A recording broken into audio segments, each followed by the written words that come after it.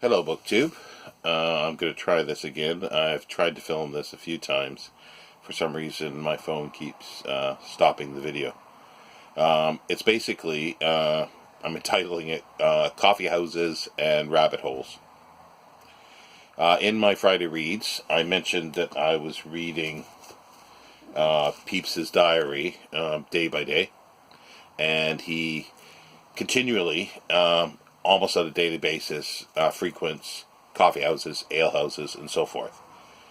That reminded me of a story that I found in another book regarding the Grecian coffee house, not of the time of Pepys, later in 1709.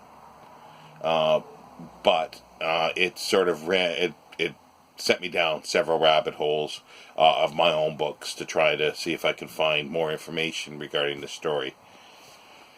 Now, I'll get to that in a moment. The book that I have sitting beside me when I do read Pepys is a directory of London coffee houses, a reference book of coffee houses of the 17th, 18th, and 19th century, edited by Bryant Lillywhite. It was published by George Allen and Unwin in 1963. It is almost 900 pages long, so it's very hefty. It lists, for that period, 1,992 coffee houses, all alphabetical. Now, some have more information than others. Some only have a date and an address, while others go into pages, depending on what information they have. So that is a reference that I use, and Grecian coffee house in Devereux Court in the Strand is listed in here. Just a very brief history of the Grecian coffee house. The story goes that a Constantine, a Greek Constantine, started the coffee house. But in 1664, I think it was, there is a listing, an advertisement by a Constantine for a Grecian coffee house, but a different location. Later, it appears at Devereux Court, which could very well be the same Constantine or someone else. It is not entirely clear. There's 2 pages, or just over 2 pages of references here for different years for the Grecian coffee house. Now, a lot of them are in a publication called The Tatler and The Spectator. I'll get to those in a moment. He mentions that there are many anecdotes and stories, too numerous to go into detail here. Now, and it's closed its doors. It was basically open from the late 17th century to 1843. Now, the story that I'd like to relate, I found in a little book here called Inns and Taverns of Old London by Henry C. Shelley. It's indented titles on the cover, which is very difficult to see, I think, because there would have been, I think, a darker color in there, but it's faded. And you can see it a little better on the spine. There's some fading there as well. Now, as the title goes, it's Inns and Taverns, but he also has a section on coffee houses. And he mentions the Grecian coffee house. And he also references the Tatler. Okay? Now, this coffee house, the Grecian coffee house, was a haunt for the Royal Society. Sir Isaac Newton went there. Later, Isaac Sloane was there as well. But on this particular story, it has to do with some Greek scholars that decided to put the Iliad in chronological order. Now, and I'll quote here from Shelley's book. It was published in 1909 by Sir Isaac Pitman and Sons. It has a really nice front. It's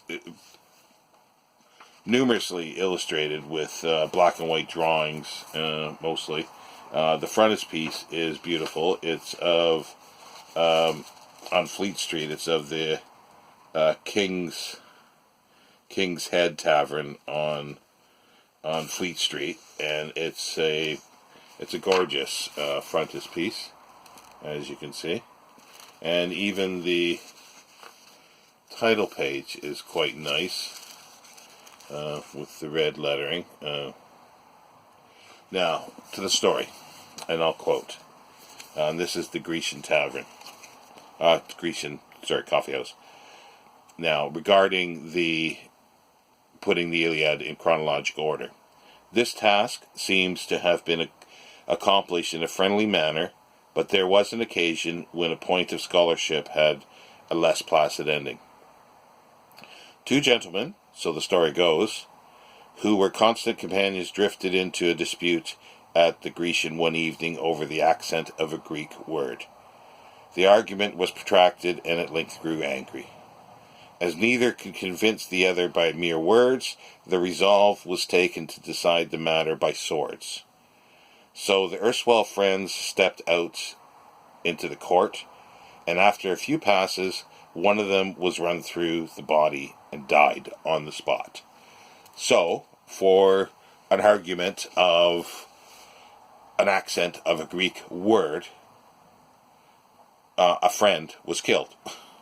I found that sort of quite bizarre and interesting, especially duels, which were common at that time.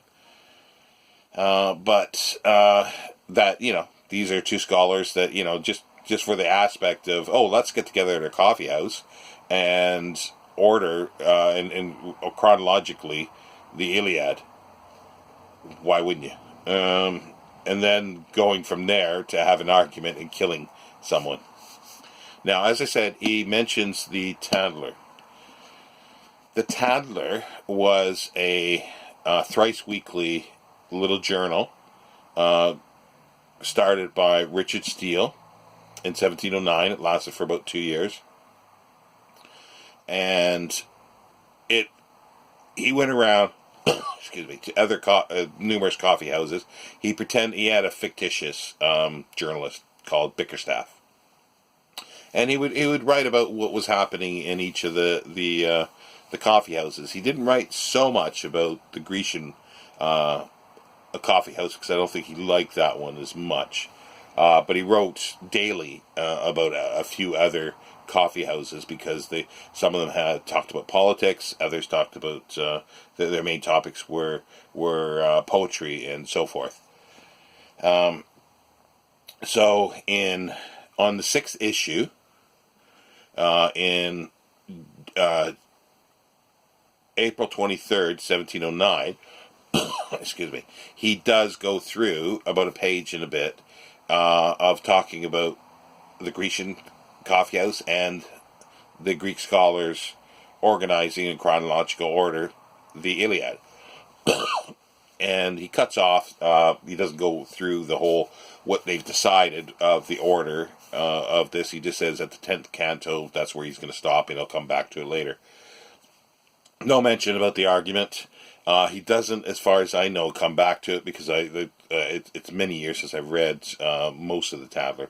But I've looked through, and the next time he's at the Grecian is, I think, almost a year later. Or many months. No, sorry. He's there again in June of 1709. But he does not, again, mention anything else about the Iliad But he does mention that he has to cut off quickly because he has to go more or less to officiate for a duel that is happening. I don't believe it's the same one because the story says it was done right outside in the court, and this was near behind Montague House, which was nearby, which was a favorite sort of dueling location. So I don't think that is what is referred to with these two Greek scholars. And yeah, there's so there's much more information about the Grecian coffeehouse in the Tadler, and in the subsequent journal that after the Tadler finished, Richard Steele joined up with Joseph Addison to create The Spectator, which lasted a couple years as well. It was very similar, but it was on a daily basis of 2,500 words each, just one sheet, double-sided, I believe it was. And they referenced the Grecian coffee house as well. But again, this is later. So I think we can fix the date probably around, maybe specifically, to April 23rd, 1709, because that's where Richard Steele does mention that they are doing this. They are putting this in chronological order. Unless it was done over several nights, there's no real clear evidence for that. Now, I use for the Tadler, I've got a couple versions here. I've got this reprint, George Ohms, it's Georg Ohms reprint from the edited version of Aitken, George A. Aitken, in 1898, which the notes are quite helpful for this. It's 4 volumes, I think it is. I also have a more extended essay collection called The British Essayists. This is from 1828. It has the Tadler. This volume has the Tadler, volume 2. There are... the British Essayist was a massive undertaking in the early part of early couple decades of the 19th century. There were many different versions and multiple volumes, 35, 45 volumes. This one states it's the same contents of the 45 volume edition. This was done published by Jones and Company in London, 1828, as I say. It's 5 volumes. So you might ask, well, 45 volumes in 5 volumes? Well, the 45 volumes were small books and very large print. This is very small print and double column. So there's about 5 or 6, could be a good 4 or 5, possibly even 6 pages on every one page of this. So yeah, that's a nice little set. So we go through that. I went through all that. I couldn't find, as I say, anything else more about the dueling. So I have a few other books here on coffee houses. I have a history of, it's called Penny Universities, a history of coffee houses. It doesn't do much more regarding the story than what was told in Shelley's Inns and Taverns of Old London. It doesn't really say anything more.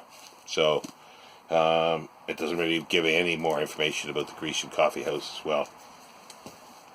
I also have this little book, well, it's little in the sense, it's very thin, called Coffee Houses of London, or London's Coffee Houses, A Stimulating History, by Anthony Clayton. It was published, Historical Publications, 2003. It's quite good. It's got a lot of photos, and it does mention in a section regarding the Grecian coffee house. And then it has a footnote regarding the Tadler. However, there's some errors, and this is the other thing that you will find if you start going down rabbit holes, and you'll find discrepancies, contradictions, and errors, either printing errors or just in errors in scholarship by the people who wrote the book. This one, as a footnote to the Tattler, as I say, it says issue 56. So I thought, well, wait a minute, that's like a year later. So that would be 1710. It's not issue 56, it's issue 6. So it's a typo. There is a drawing, it says, of the Grecian coffee house. However, I don't think it is. This I need to look a little more into. However, the Grecian coffee house that we're talking about closed its doors in 1843. And I believe the building was subsequently destroyed and another one was built. And there is a building that stands there today. And I think that is the drawing of the current building, or the way it was possibly a century ago. So a few errors that I've been able to find. And you gotta scratch your head and wonder, how much more is there? How many more errors are there in books like this that we don't know? I don't know, without meticulously going through nitpicking. Now, that's there's one other thing that I wanted to mention that I thought, because I do have ever reference. This setup here is the Oxford Dictionary of National Biography. It's the newer edition, 2004. It's 60 volumes with a subsequent supplementary volume. So I thought, well, I'll pull out Constantine. Let's see what happens. So I pulled out Constantine, and there is the Emperor Constantine. And then I thought, oh, there's a George Constantine. Well, yeah, that's mentioned. It could have been a George Constantine that started the Grecian coffee house. But no, this is from the 1500s, totally different area, not the same person. So that was a dead end. That was a dead end rabbit hole. But it didn't take long to check.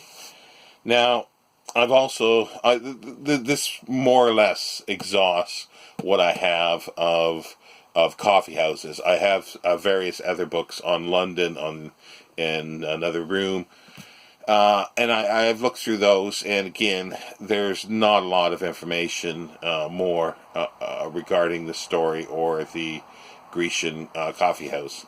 The most information that I can possibly find seems to be at the moment in this here London's coffee house, London Coffee Houses by Lillywhite. And you might say, oh, what about the internet? Well, yeah, what about the internet? Well, there's a Wikipedia entry that has less than 100 words, I think it is, for the Grecian coffee house. Not very useful. There are many other hits for the Grecian coffee house. Most deal with John Timbs, Timbs, his book, Clubs and Club Stories, or something to that, something like that for the title. Was 2 volumes that it was published in the late 19th century, which I'd like to get a copy of. But it doesn't give you anything more. It does relate the duel, and that's it. There's not much more information regarding this. There may not be any further information. It might be just a story. There might not be any basis to it at all. But I find it so interesting and odd that I do want to run it down more, go a few more rabbit holes. But that's the idea for this was that, just literally it was 2 pages there that talked about, coffee house at the beginning of that chapter in Shelley's Inns and Taverns of Old London. And I that takes a couple minutes to read.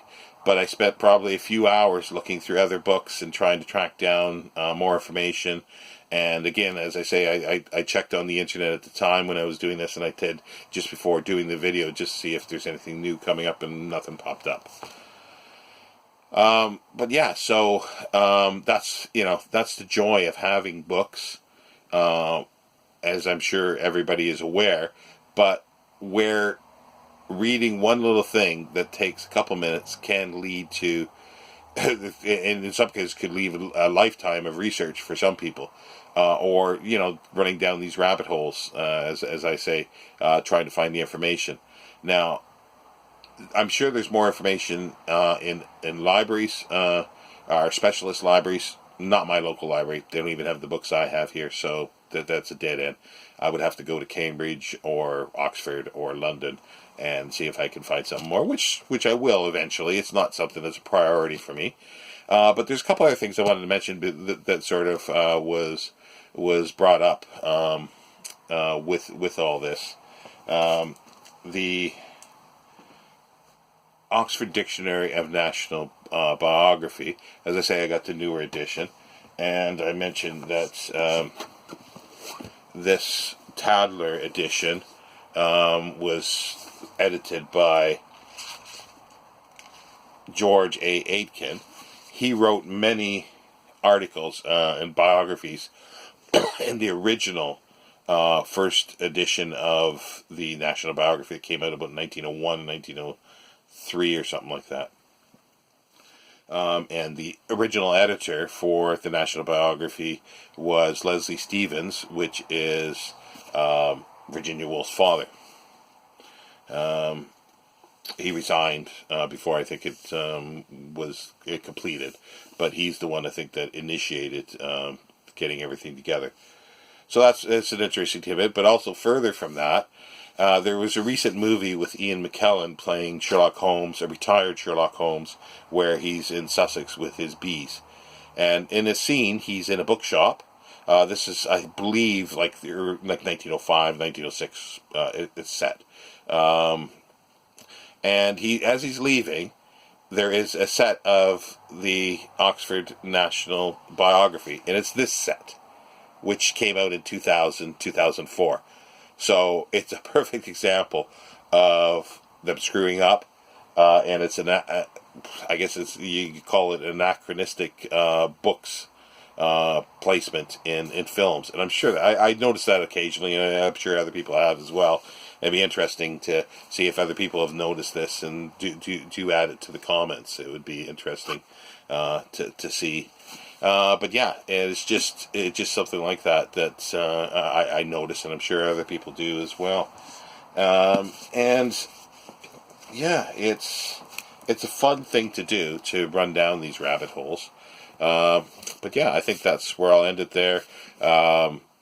Just one other thing. I mentioned the Tadler. There's been many incarnations of the Tadler. This is the original one that Richard Steele did in 1709 for 2 years. There's a current Tadler, which I think started around the beginning of the 20th century. It's nothing to do with the original one at all. And the Spectator as well was that Richard Steele and Joseph Addison started after the Tadler. It again has no bearing really to the current Spectator.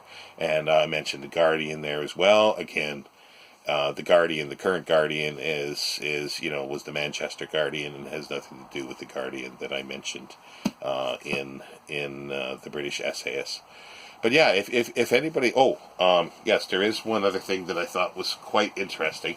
Going back to London's coffee houses, there's a nice little statistic that's in here, and it's just talking about by the second decade of the 18th century. So I'll just read the quote with the stats. By the second decade of the 18th century, there were around 550 coffee houses in London, many catering for specialized clienteles. They coexisted with 207 inns, 447 taverns, 5,875 beer houses, and 8,659 brandy shops. I find that just amazing. And I find all of that interesting. And I would love to find a directory, well, it would have to be multiple volumes like this, for the beer houses brandy shops, separately for the inns, the taverns, wine bars, you name it. If anybody knows, actually, that there are a directory like this, especially the beer houses, I'd love to hear about it. But I think I'll end it there because that's getting up to 25 minutes now. I hope you've enjoyed this. Let me know some ideas in the comments. Thank you. Bye.